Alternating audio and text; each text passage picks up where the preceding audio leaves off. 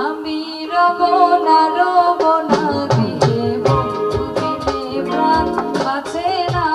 ধামাইল তো একটা ধামাইলেরও একটা সিস্টেম আছে, যে সিস্টেমটা মানে এটা বলতে গেলে তো অনেক শিকার বিষয়। তো অল্প পরিসরে এটা মনে করেন আমরা অনেক সঙ্গতের প্রয়োজন হয় না, যে ইনস্ট্রুমেন্টের প্রয়োজন হয় না, শুধু করতালি দিয়ে। আর ছোটোবেলা দেখতাম যে গ্রাম দেশে যে ঢুল আর করতালির মাধ্যমে আর চলার ভঙ্গি আর পায়ের যে চলন, এগুলোর মাধ্যমেই আমাদের ধামাইল পরিবেশন হতো। তো অনেক মহিলারা একটা বাড়ির উঠোনে সব জড়ো হতেন, 20-25 জন, অনেক সময় দেখে 40 জন 50 জন জড়ো হতেন।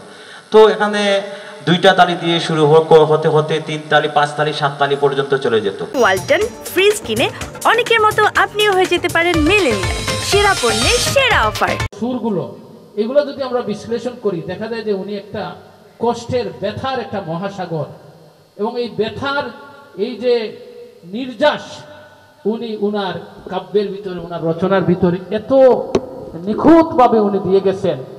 এবং এইটাই বলে যে একটা সাহিত্যের ভিতরে সবচেয়ে দুঃখের বা ব্যথার যে উপাখ্যানগুলো থাকে সেটাই বেশি সুমধুর হয়। আমরা জানি যে আমাদের কবি শেলি বলেছিলেন, our sweetest songs are those tell us of saddest thought. কষ্টের যে বাণীগুলো যে সাহিত্যের উপাখ্যান নিয়ে আসতে পারে সেটাই সবচেয়ে সুমধুর। আমাদের রাধারমণের প্রতিটা রচনা দেখলেই বোঝা যায় উনি যে কষ্টের মহাসাগরে উনি ছিলেন, ওই কষ্ট থেকে উনি সুন্দর সুন্দর রচনা নিয়ে আসছেন।